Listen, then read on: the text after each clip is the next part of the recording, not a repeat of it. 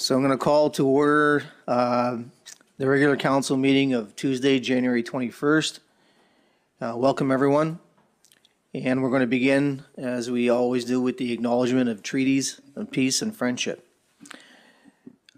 We would like to begin by acknowledging that the land on which we gather is the traditional unceded territory of the Mi'kmaq peoples. This territory is covered by the treaties of peace and friendship, which Wolastoqiyik, Mi'kmaq, and Passamaquoddy peoples first signed with the British Crown in 1726. The treaties did not deal with surrender of lands and resources, but in fact recognized Mi'kmaq and Wolastoqiyik title and established the rules for what was to be an ongoing relationship between nations. Thank you. Olalam. Next is the oath of office. We do hereby accept the office of council and will diligently, faithfully, and impartially discharge to the best of our ability the duties of the office as may be imposed upon us by law. Next is our moment of reflection. I'll turn that over to Deputy Mayor Guitar McDonnell. The moment of reflection for January 2025. Erwin Donnelly of Beldoon, Muriel Blake of Black Point, Claude Hickey of Doyleville, Linda Legacy Guitar, formerly of Beldoon, Norman Lapointe, formerly of Nash Creek, Loretta Furlot of Beldoon, and Dave King of Beldoon. Moment of silence, please.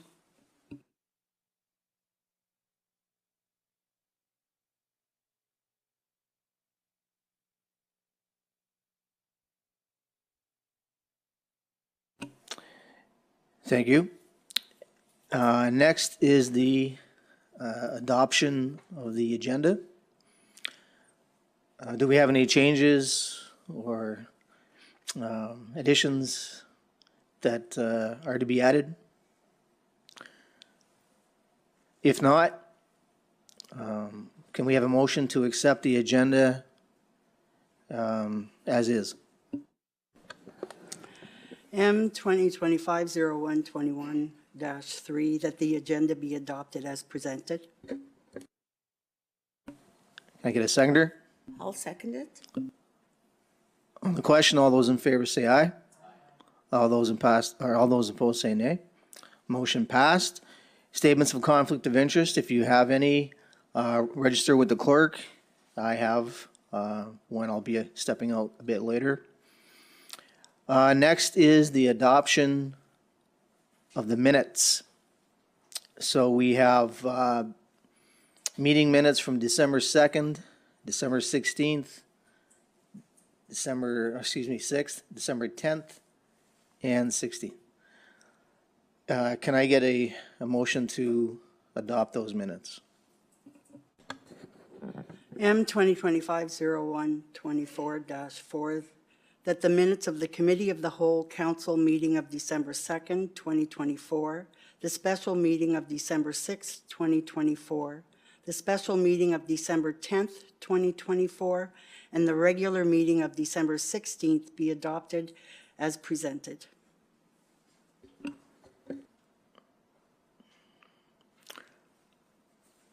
Can I get a seconder? I'll second it. All those on the question, all those in favor say aye.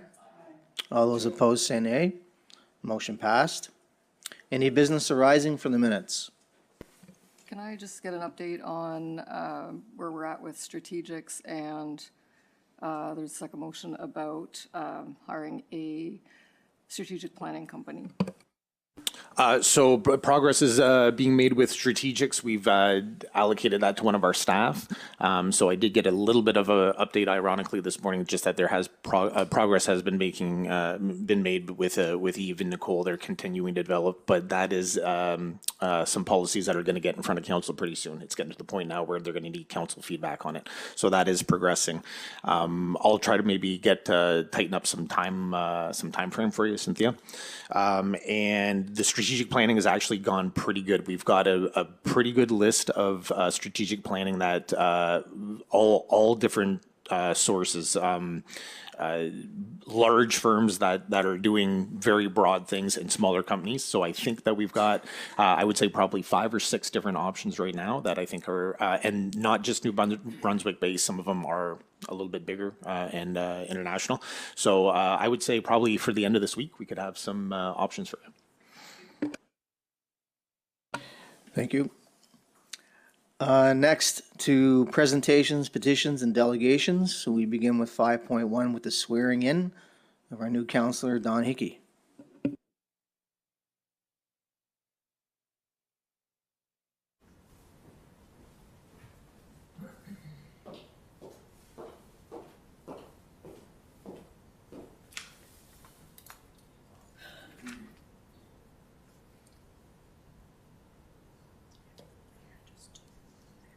There? No? Yeah, you're just gonna start there and go right to there for reading. Okay. I, Don Hickey, of the Village of Beldoon, swear that I am, to the best of my knowledge and belief, qualified for the office of councillor for the local government of Beldoon, to which I have been elected, and that I accept the office for which I am elected, and will diligently, faithfully, and impartially discharge to the best of my ability the duties of the offices as may be imposed on me by law, so help me God.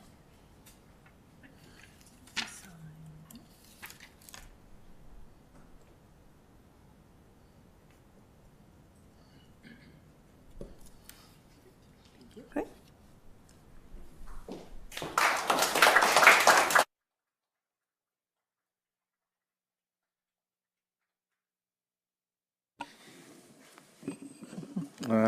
Thank you, Councillor Hickey, and I'll I have a little welcome for you later, and council members will add their thoughts at that time too. So we'll get right to the next 5.2, and it's a Crime Stoppers presentation by Councillor Ron Burke.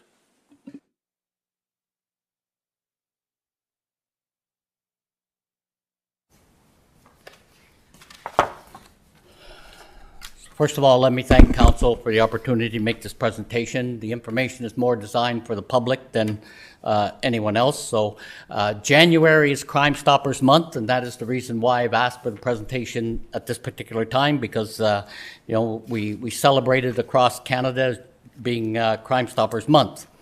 Want to give a little bit of background as far as I'm concerned with the Crime Stoppers Unit. This August will mark 23 years that I've been a member of the Crime Stoppers Unit, of the Restigouche Crime Stoppers Unit. It has been a privilege.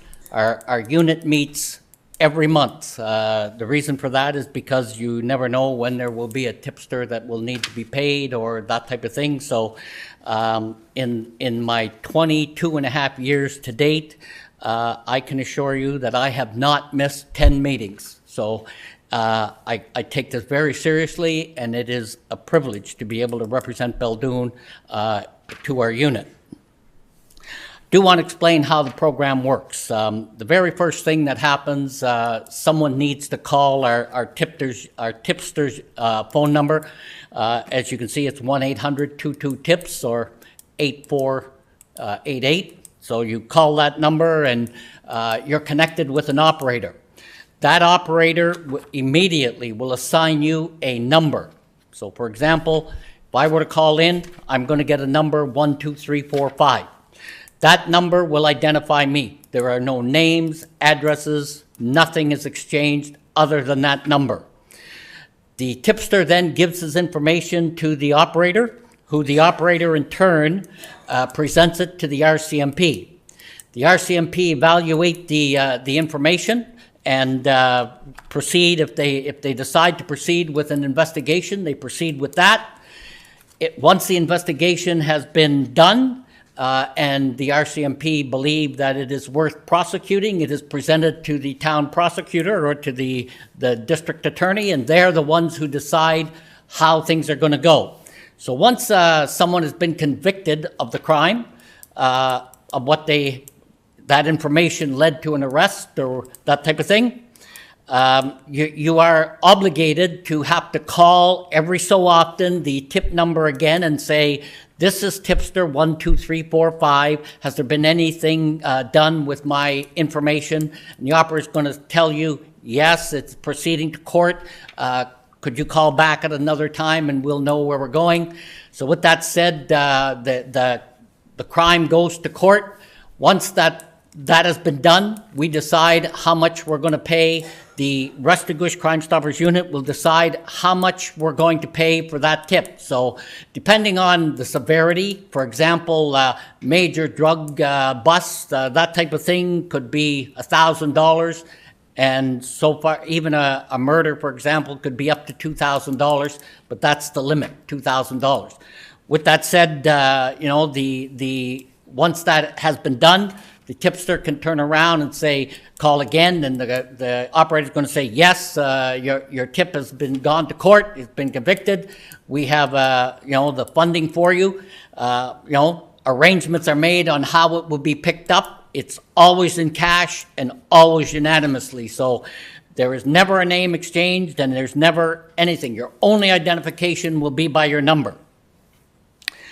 Also want to mention that how do our unit, the Restigouche Crime Stoppers unit, raise funds? It is our responsibility basically to raise funds to pay tipsters, so it's always a challenge on how you're going to raise funds. And one of the most profitable things has been we have a program called the Friends of Crime Stoppers, of which the Village of Beldoon is a very strong supporter.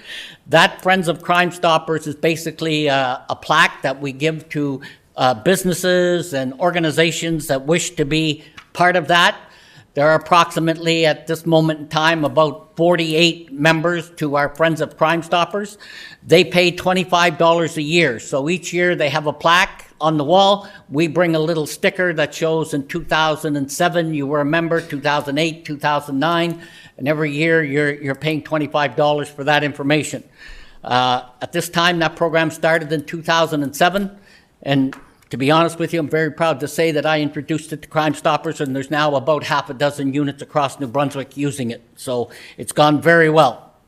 I'd also like to mention our unit had basically brainstormed and to find out, exactly what the issues are with our unit. So we had, certain questions, basically in no specific order.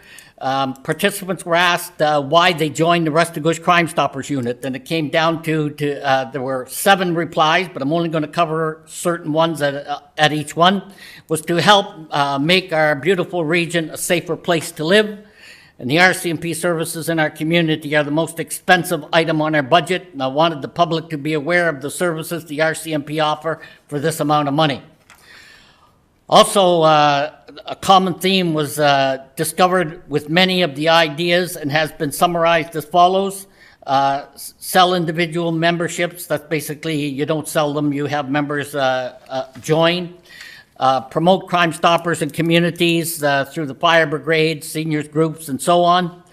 And in addition, some of the following comments were made, a definition within community neighbors, recommended next steps, review and discuss the present ideas with opportunities to add additional ideas, prioritize the agreed upon ideas and incorporate them into our monthly meeting agendas. So that covers basically some of the strategies that we went through. If you're looking at basically having a Canadian Crime Stoppers Association, there is a certificate, a certification that is drawn up, and I sent that also just to highlight some of the things that are a must. They must have a secure process for taking tips, maintaining confidentiality of tips information, and protecting the anonymity of tipsters on an ongoing basis. They must be a non-profit organization, society, or volunteer organization. They must be governed by a civilian board of directors, all of whom are of legal age and serving in a volunteer capacity. Directors must not have an existing criminal record, not have been found guilty in Canada or outside of Canada at any time previously to his election of office, and non-criminal offenses or financial dishonesty controversies. They must comply with applicable laws and sound financial principles, including all federal, provincial, territorial reporting requirements and pertaining to nonprofits. I did include, some of the 2024 stats, and I'm not going to go over them all, just some that I would like to maybe mention that I believe are some of the more important. For example, the number of persons arrested in 2024 based on tips, there were 23 arrests. This is in the province of New Brunswick. Since the program was incorporated in 1985, there have been 9,329 arrests made from tips given by Crime Stoppers. The number of cases solved in the province and since its incorporation, 8,551 crimes have been solved due to tips from Crime Stoppers. Just in New Brunswick, year-to-date, tips received in 2024, there were 2,136 tips, and since its incorporation in 1985, there have been 41,590 tips received. So, as you can see, Council has a list of all the tips that I supplied, but I don't want to get dead on statistics. But with that said, that basically covers the presentation. The only thing I do want to make sure is that the public is aware that the Crime Stoppers unit does not decide which tips or which ones are prosecuted. That is strictly the RCMP and the district's attorney who make those decisions. And with that said, our function is to basically pay for the information that has been given for leading to the arrest. So with that said, if there are any questions, I have no problem taking them, but if there are not, thank you very much for the opportunity.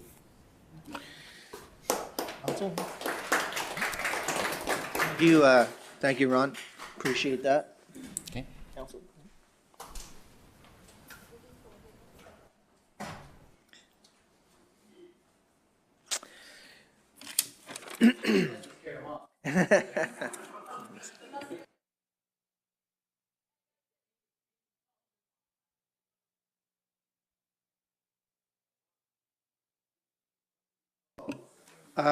Just 1 second, Laura. Can you ask him after?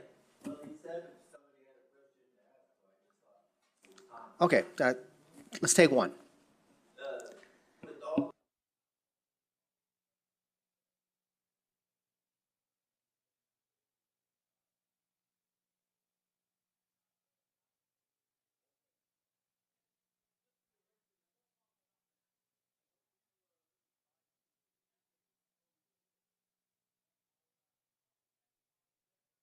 All right.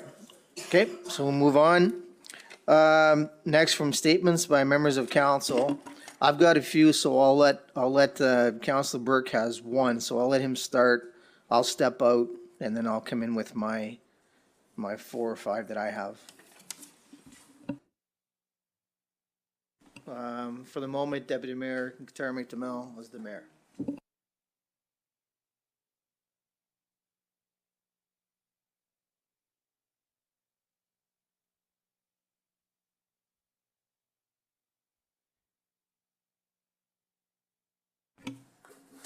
Okay, so what Mayor Arsenault is referring to is that I want to make a statement concerning the gentlemen's hockey tournament that is coming here in April.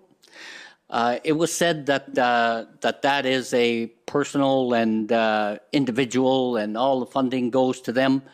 At the end of the day, I want to be sure that people understand that when you organize an event, there are always some tremendous amount of expense. So with that said, there are 12 teams that join that tournament. 12 teams with 12 members. That's 144 players. Those players pay $40 each for a tournament. They're guaranteed 3 games and could play as many as 6, depending on how you win or lose. But with that said, the tournament begins on Monday evening, goes Monday, Tuesday, Wednesday, and Thursday with games. There's a dance Friday night, then Saturday they go all day, and the championship game is on Sunday with 2 games with 4 teams making it to the semifinals and the finals. So with that all said, Monday to Thursday, there is karaoke and music there every night. So Mark is responsible for having music there, and people can have a good time and sing and listen to music, and that usually goes right on until midnight. So there's an expense right there, 4 nights a week, and then on Saturday night it is also karaoke night that night. So at the end of the day, he's also responsible for the band. The dance on Friday night has is basically at the Royal Canadian Legion. So the Legion does use that as a fundraiser and makes a few dollars doing it. So they're a local people, and all of our bands, I should mention, all the bands that are there are basically local people who go there for the karaoke, and Mark is responsible for hiring the band at the Legion for the dance. So he has an expense there, and then he hires people that basically sell tickets during the week, that type of thing. He also hires a bus that will transport people on Friday night so that they don't have to drive, and that bus will turn around and drive you between Camelton and Beldoon, or Beldoon and Bathurst. So there are major expenses. So just want to be clear that it's not easy. It's a very, very strong tournament. I don't think there are any tournaments in New Brunswick that can brag that they've lasted 32 years. This will be the 32nd year of that tournament, and it is one of the most successful events in the calendar that we have here in Beldoon. Also, the canteen is usually open. It is open, and there are 2 entrepreneurs that run that canteen. So they basically make some money for their annual expenses that way. So at the end of the day, there are major expenses in running this tournament. I don't want to sit here and say that there's no money made. I want to say that there's probably not as much money made as people may think there is. If you start adding up the expense, as I mentioned earlier, there's 144 players at $40 a piece. That's maybe $5,000 or whatever. When you start paying 5 bands Monday to Thursday and Saturday night, and then Friday night at the Legion, and paying a bus, and paying people to disperse oranges and scoreboards and things of that nature, there's not as much money made as people may think. So I just wanted to be sure that people were aware of all the facts and how much money is actually involved in this, and that for me personally, I've been involved in it for the last 22 years when it came to Beldoon, and it's been a very, very strong, well-attended event here in our community, and we see a lot of people come out and enjoy the hockey, and there are many local hockey players playing, but at the end of the day, the reason for the success of that tournament that lasted 32 years is very, very simple. This tournament is a draft tournament. So what happens is you put your name in and you're put into a classification. There are 12 captains. Those 12 captains have 1 pick from each box of 12 players. So at the end of the day, you get, if you're one of the better players, you're put in a box. If you're one of the weaker players, you're put in another box. So at the end of the day, all teams have 1 strong player and 1 weaker player. Everyone else fits in the middle. So with that said, that is why the tournament has been successful. That is why people enjoy it, because you play on a different team and with different players every year, and you get the opportunity to socialize with people that you may not normally meet. So I just wanted to make sure that that everyone was aware of that, and that the public was aware of that, and that's basically what I wanted to cover.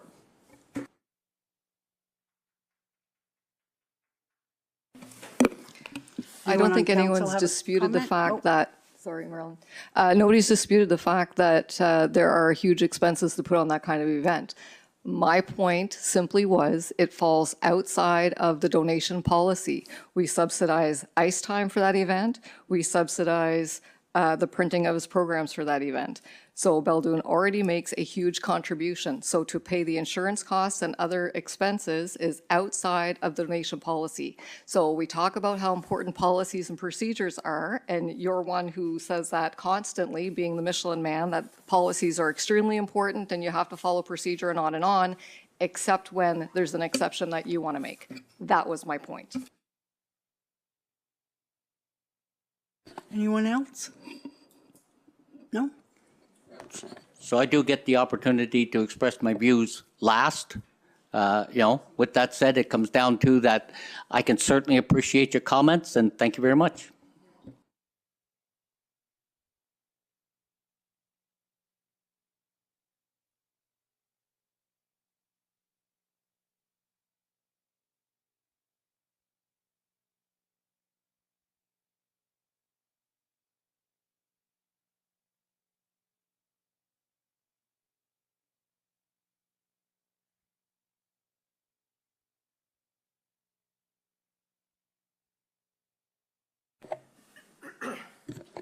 All right, thank you, Deputy Mayor, for sitting in. Now, so I've got a few here. I've got 5 specifically. So I'll start. Number 1 was to welcome our new council member.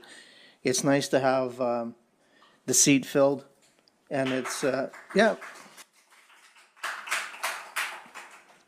it's a it's a rewarding position to be able to serve your hometown and your municipality, and it's nice to be active in the community and to make a difference. And congratulations on your win. And I think everyone joins me when I say I think you're going to be a really good counselor. So, and allow any council members who want to say a few words to do so.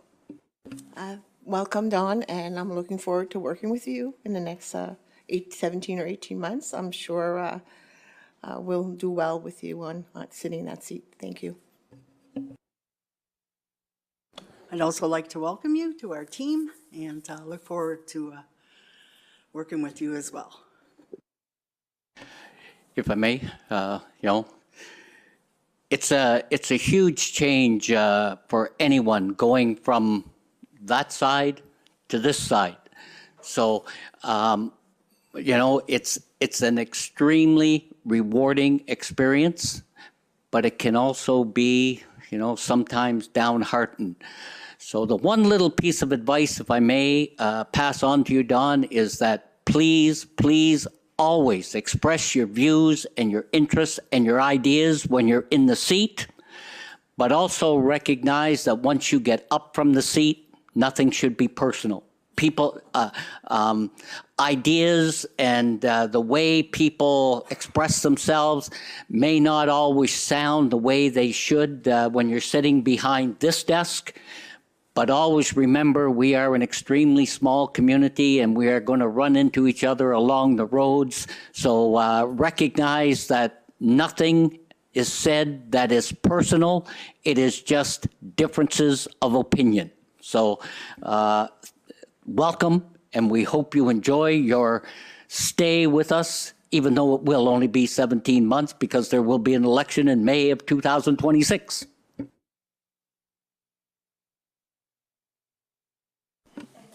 Okay. Don, did you want to say anything? Okay. Second one is the town hall meeting for Thursday night. So probably, if you asked anybody in that room what they came away with from that town hall meeting, they'd probably give you a different answer. For me, there are a couple of things that I came away from with that meeting in particular. Number 1 was all the new information that I had no idea about that came out of that session from some of the guest speakers that, you know, I thought to myself, I've been asked to be a part of two councils making decisions with an incomplete picture of what I was asked to make decisions on. And I don't know how you can do that in good faith and in good judgment. Like, there were some new information about permits, I believe, that seemed to come out of nowhere for me anyway. Maybe, you know, maybe others had some information, and maybe that's information I had with me that overlooked, but totally new information. And it wasn't just on that. There was new information from almost every speaker and from a lot of the questions that were asked. So it was startling to me in a sense, and gave me food for a lot of thought afterward.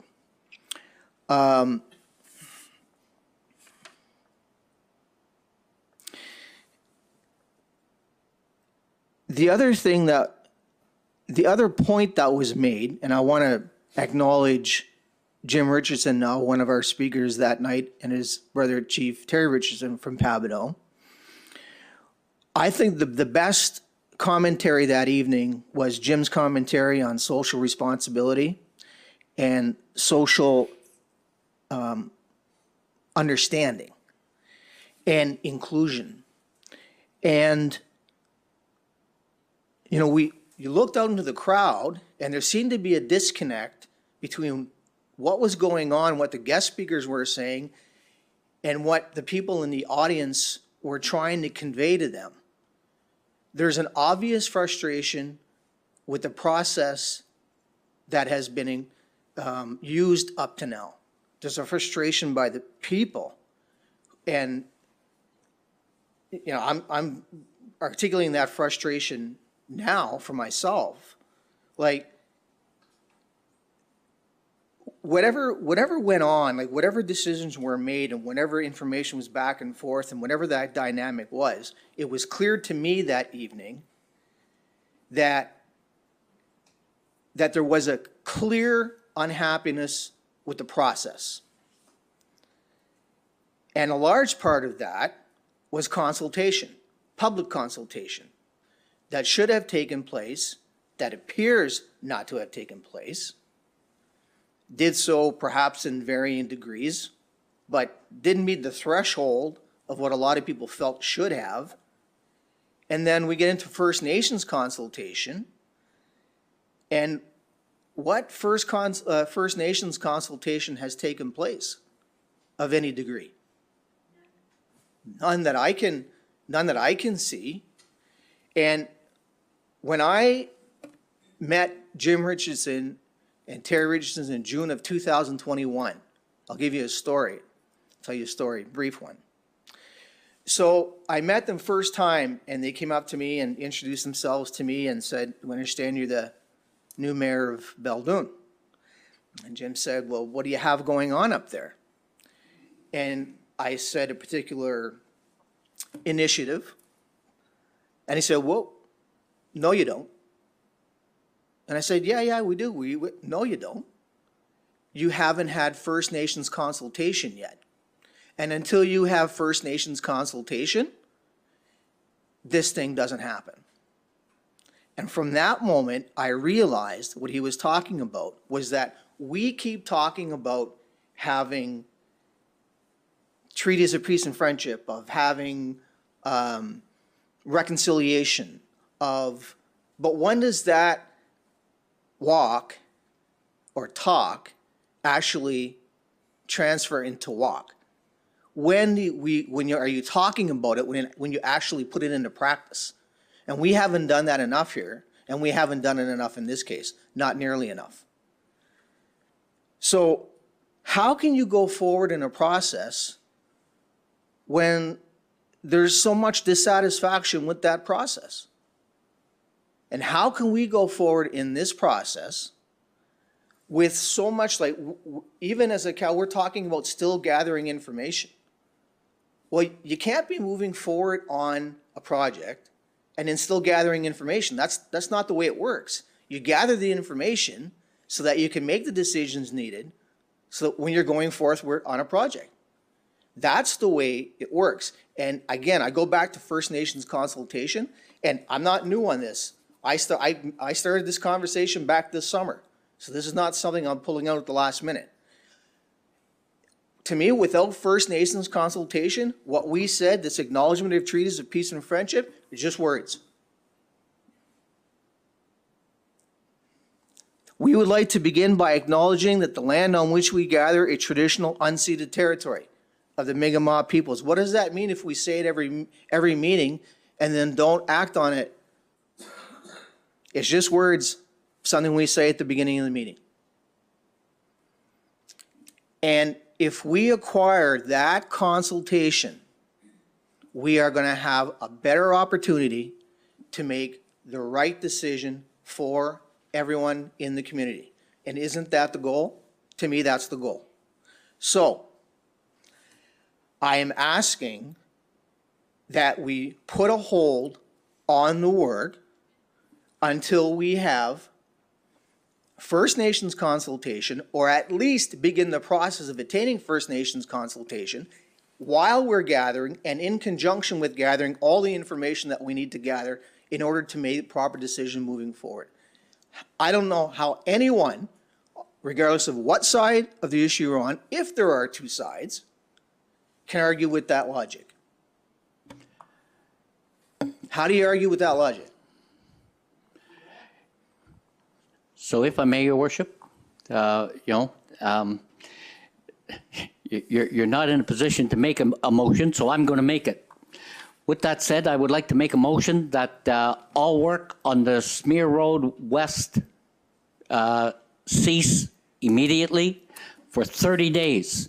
30 days, that will give us time to have the resolution evaluated by our legal, and the resolution will be presented at the meeting in February.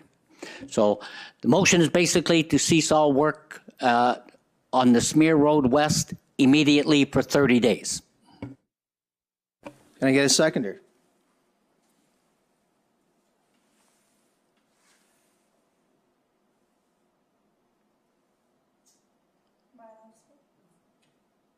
Okay, I'll second it. On the question, all those in favor say aye. Aye. Aye. All those opposed say nay. Motion passed. So we'll put a halt on the work for 30 until we get the resolution in February. Is that correct, Councilor Burke? Yes. Okay. All right. Next.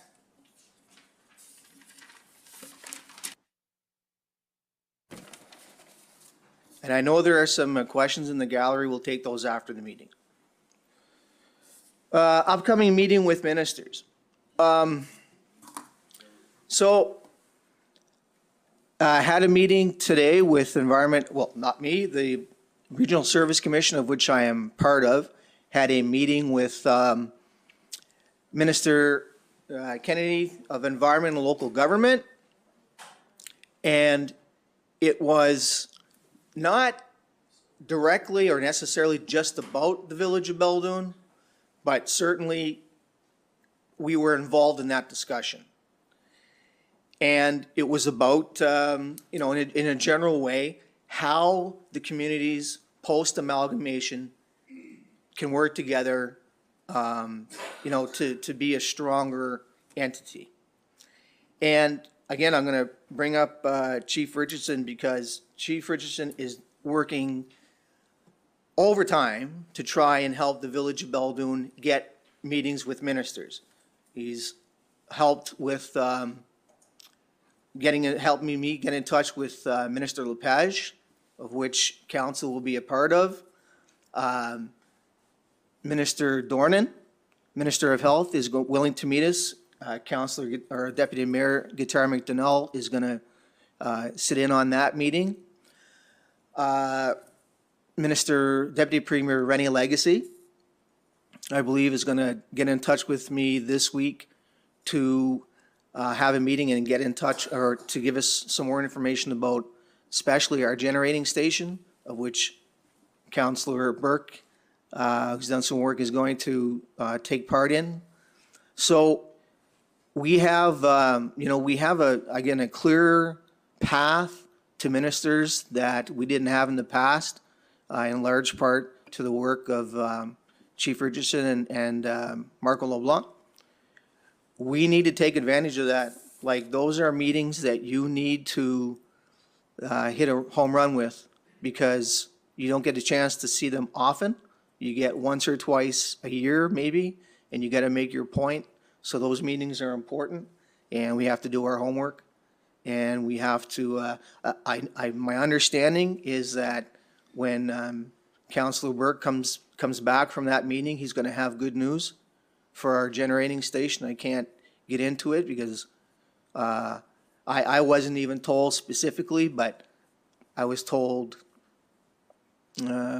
Councillor Burke's going to be able to bring back some good news. I know Chief Richardson knows about it, but I'll just let Councillor Burke let everybody know whenever that happens. So next is economic development and the port, and we all know how important that is. So one by one, we're making our mark with some of these ministers, and I just wanted to let you know that that's taking place. The Service Commission update, that's just one of the things I want to do, something I want to do every once in a while. It's just to say, again, as I said last time, it's an important entity, and you should become more familiar with it. We do have some of the mandates that the Service Commission have now that they didn't have at one point include like tourism and economic development. And so, it's kind of one of those entities that sort of flies under the radar. You don't know as much about it as you probably should. And then one day you realize the impact that it has on you, and you really haven't become as well versed as you should. But as more substantial things come up, I'll relay them to you. And finally, just two little, and they're not really little, but they're just final remarks. Martin Luther King Jr. Day was yesterday, I believe, third week in January, birthday. And we talk about, our attempt, and these are two things, the Martin Luther King Jr. Day and the National Literacy Day, that are important at Jacket River School, and that's sort of why I bring them forward, because I'm there. But Martin Luther King Jr. Day is another reminder how important it is to put all our differences aside as much as we can and try to find a commonality for going forward. And National Literacy Day, and I know Councilor Burke spoke about this a while ago, economic development and literacy go hand in hand. So, if you happen to be struggling with the written word and you want that motivation to go forward and try to be, to be more articulate, to try to be more literate, there are opportunities out there to do so, and it's important. It's important as an individual, and it's important as a community. So I just wanted to note those 2 days because they're important, and that's it. I didn't give a chance for, I just realized that now, for council members to chime in on any of these, so I'll do so now. If any council member wants to chime in on any of those topics, please do so. If not, we'll move on to administration. I would make a comment, if I may, Your Worship. I believe in your comment concerning our friends from Papineau First Nations, Chief Richardson and his colleague, brother, Mr. Richardson. I believe you're a little modest on their role and what they do. I personally am in my 4th council, and never, ever in any of those councils other than this one have I seen the involvement of 2 individuals who are truly concerned, truly motivated about the economic development of not only First Nations, but the regions. And I believe that they have done just an outstanding job in representing their First Nation people. And, the professionalism and the way you carry yourselves in dealing with people deserves to be commended. And I believe these people should know that we here in Beldoon can only say thank you for your support, your guidance, and your diligence of doing just an outstanding job, not only for your First Nations, but for the region and Beldoon. Thank you.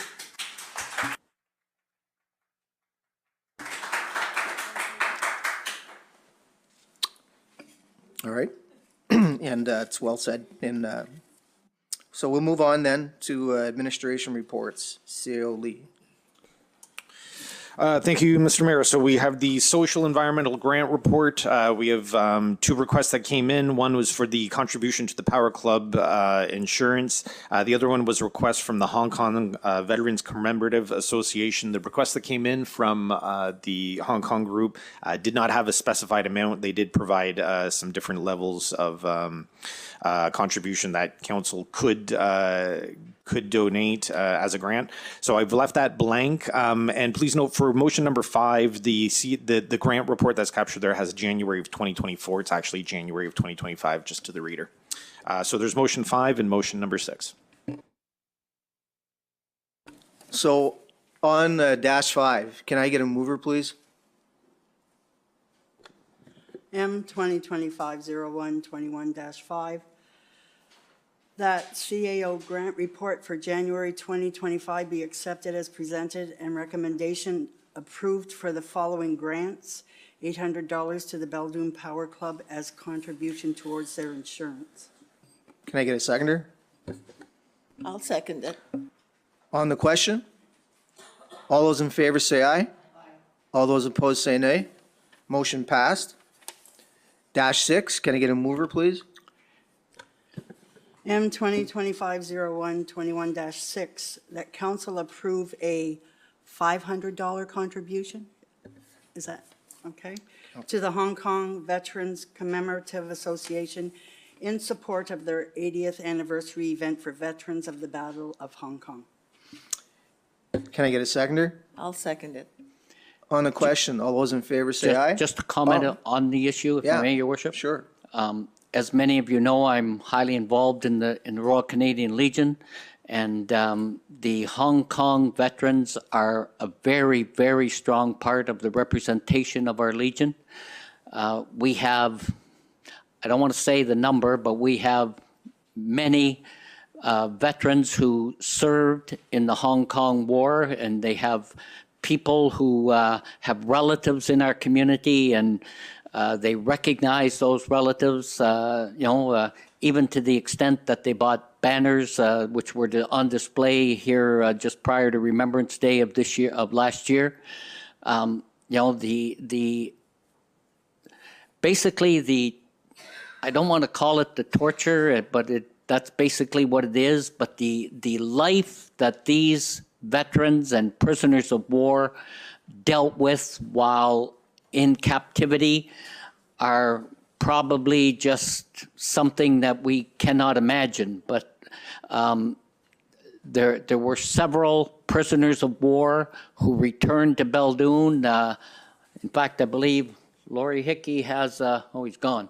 He had a father-in-law or father who, father-in-law who was a survivor and a 4-year veteran of the Hong Kong, was captured for 4 years and basically returned home. But, it was a very, very difficult time in his life.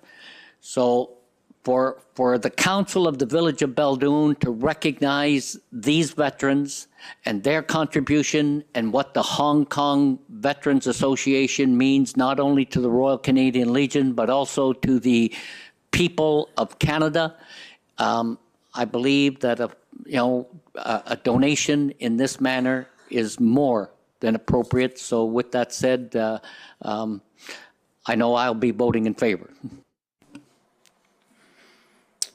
All those in favor say aye. All those opposed say nay. Motion passed. Thank you, CEO Lee. Clerk Treasurer Culligan.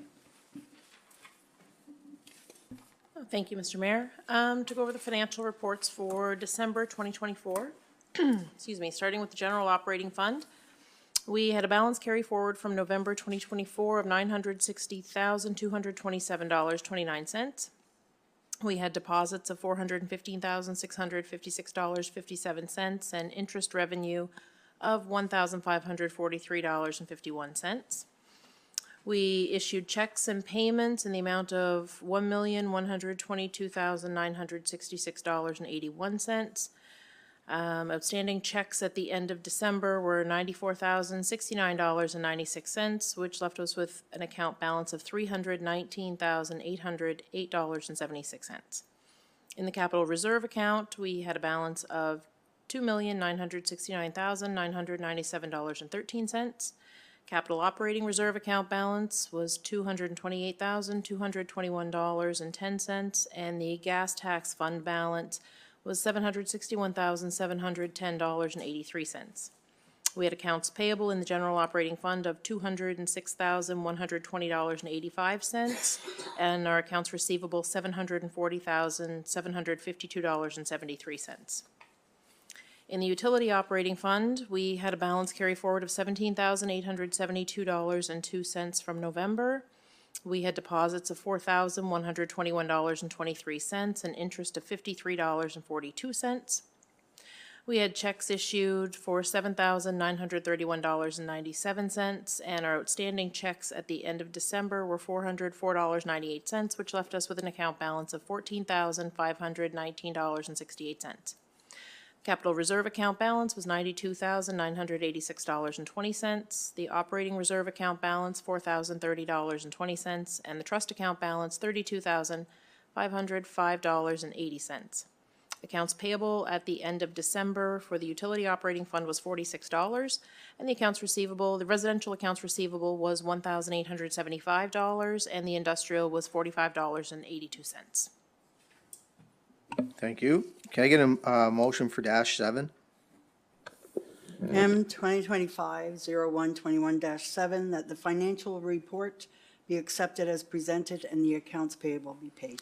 And a seconder? I'll second it. On the question, all those in favor say aye. All those opposed say nay. Motion passed. Bylaws and policies, motions and resolutions. 9.1. Yeah. Just real briefly, for council, as we've discussed before, there was a request that came in requesting for an extension to the arena season.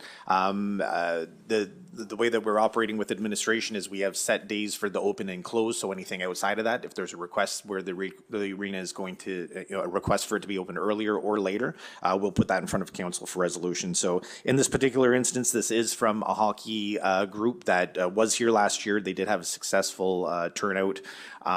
And they are looking to do that again here in Beldoon. The reason for the 1 week extension is there is the gentlemen's hockey tournament that falls in the middle of that, so they needed to work around that, which they were fantastic to do. So there is a good source of revenue for that 1 week. And so we have item number 8 on the agenda for a mover. Okay, mover for -8. M 2025-0121-8, that the closing date for the 2024-2025 season at the Veterans Memorial Arena be extended from May 2nd, 2025 to May 11th, 2025. A seconder? I'll second it. On the question, all those in favor say aye. I do have a question, Your Yeah, Worship. sorry. I know I personally would like to have a report on what it is costing the village of Beldoon to put on this hockey school. I know for a fact that in 2014, because I was mayor and I demanded it from being done, and it was done, that it cost at that time $14,000 a month to run our arena. So if we're extending our arena to be open during these hotter months, we're already in a position where we need to spend $70,000, I believe, buying a new compressor or a new dehumidifier, whatever it may be. Our arena is not geared to be running in these months. So unless we're making a tremendous amount of money doing this, I don't see it. I just don't see it. At the end of the day, we're doing more harm to our arena than we are good. And as true as I'm sitting here, I honestly believe, I don't care how many kids that they're bringing here to our arena, not one of them is a resident of Beldoon, not one. So with that said, I would ask if council are in agreement that we would have a report done on what it costs to run our arena on a monthly basis so we can compare it to see that if this is actually worth our while in running hockey schools at the most detrimental time to our arena. Yeah, sure, yeah. Something else to consider too is not just the cost of running the arena, but also the whatever revenue could be generated from this. So that's something else that you might want to consider having in the report too, is what the offset is. As to Ron's point, if it costs, $8,000 a week to run the arena or whatever, what is the revenue that's coming in to offset that, if anything? Is it even a break even, or are you making money on it? So that would be an amendment to include, it wouldn't be to include, it would be just, sorry. I'm just asking for a report to find out whether it's weekly or monthly, it makes no difference to me, what the cost of running our arena is and what the revenue from these hockey schools generate. That's what I'm interested in seeing. So we have a motion on the table. We'll vote on the motion, but I think we also have an agreement from council. They'd like a directive. They have sent a directive that we would like a report looking at cost and revenue. So, okay, we can capture that in this particular motion. All those in favor say aye. All those opposed say nay. Motion passed. The CCBF agreement, -9. M 2025-01-21-9, that the Council of the Village of Beldoon accepts the Canada Community Building Fund Agreement 2024-2033 between the Government of New Brunswick and the Village of Beldoon, and that the mayor and clerk sign the agreement. Okay, I'll look for a seconder, and then I'll ask Cioli to explain this, so for public consumption, what exactly this would be. So can I get a seconder? I'll second it. Okay. Okay, so the CCBF was formerly known as the Gas Tax Fund. So this is your gas tax fund. This is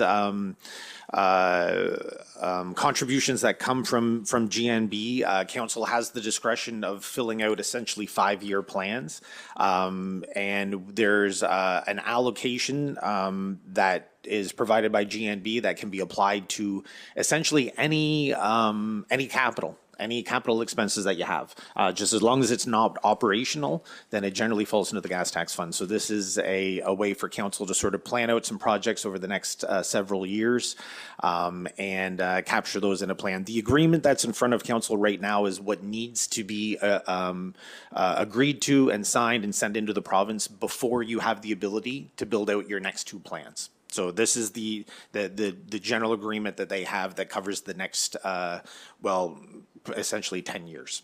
And then within that, council will have the ability of filling out and submitting to the province 2 separate plans, 2 separate 5-year plans. So that's kind of very high level what the CCBF fund is. For residents listening, you might have heard referred to as the gas tax fund.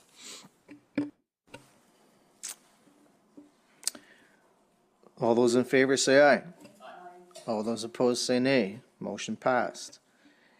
-10, the design approval from Royce Consultants for Phase 2 of Main Street.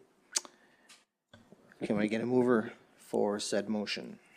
M 2025-01-21-10, that the Council of the Village of Beldoon accept the proposal from Royce Consultants for engineering services for Phase 2 of Main Street upgrade at a cost of $75,000 plus HST. Can I get a seconder? I'll second it. On the question, maybe we can get a bit more detail on exactly where this would take place. Sure. So this is the PMHP plan, which is the Provincial Municipal Highway Partnership Plan. This is the plan that's put in place for any provincial road within a municipality. So it would be, of course, owned by the province for Beldoon, primarily Route 134. And what this is this is a 5-year plan that's put in place by council that any upgrade to Route 134, 85% of the costs for the upgrade are captured by DTI, and the responsibility of the other 15% comes to the municipality.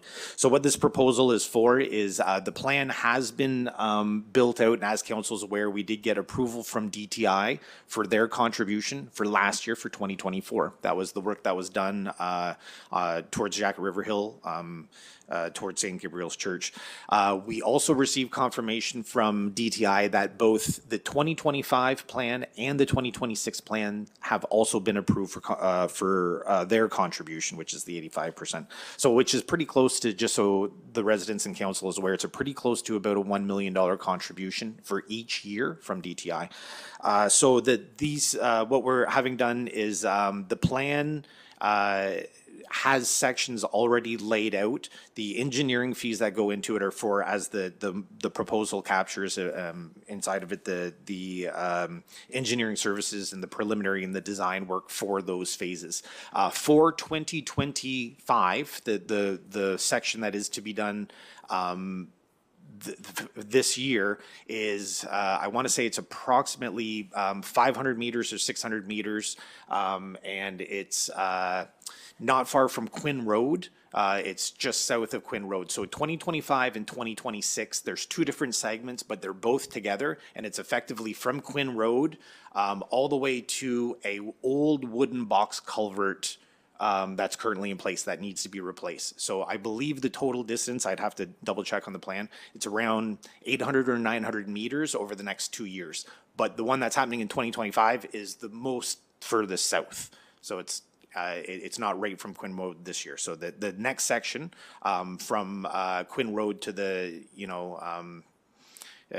400 meters along would be happening next year. So these are the two projects. So yeah, the engineering services proposal that came in from Roy Consultants is to effectively do the engineering studies for both of those phases. Okay, so with that, all those in favor say aye. All those opposed say nay. Motion passed. General correspondence.